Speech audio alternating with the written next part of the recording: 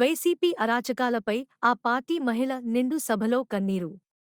అధికారం ప్రతినిధి పెనుగొండ. భర్త చనిపోతే సాయం చేస్తామని. లైంగిక వేధింపులు. సాయం చేస్తానన్న ఎమ్మెల్యే ప్రకాష్ రెడ్డి ఇటువైపు చూడలేదు. రాత్రి 10 గంటల అందరూ కలిసిపోయి చంపేస్తున్నారు. ఈ రోజు మాకు ఏ ఆధారం లేదు. కనీసం ఇంటి బిల్లు కూడా పెట్టలేదు. నాకు పింఛని తప్ప నాకు ఏది రాలేదు.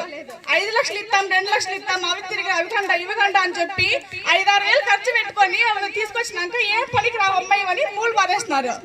ఈ రోజు వాళ్ళ కింద పోలేదని, వాళ్ళతో పండుకోలేదని స్టేషన్ చుట్టూ నన్ను పండుగ లేదు, పప్పు లేదు. ఉగాది పండుగ రోజు నా పిల్లలు వేసుకుని నమాజ్ రోజు స్టేషన్ చుట్టూ 10 రోజులు ఉన్నాను. 10 రోజులు తిప్పుకున్నాను స్టేషన్ చుట్టూ.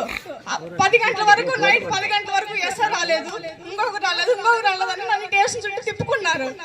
రాజీ చేసినా కూడా మళ్ళీ పొద్దున రాపోండి, రేపు రాపోండి అని నన్ను చాలా హింసలు పెట్టినారు.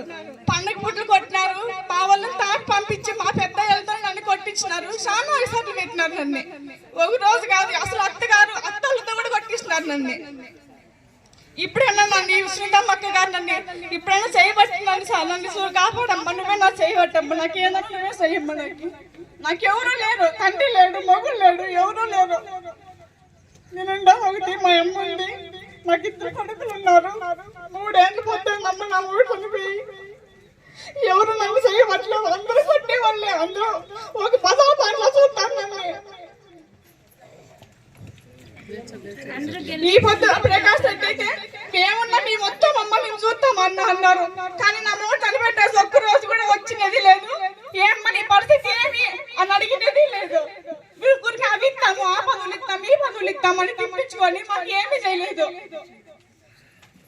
నాకు ఈ అవకాశం ఇచ్చినందుకు ప్రతి అందరికీ నమస్కారం.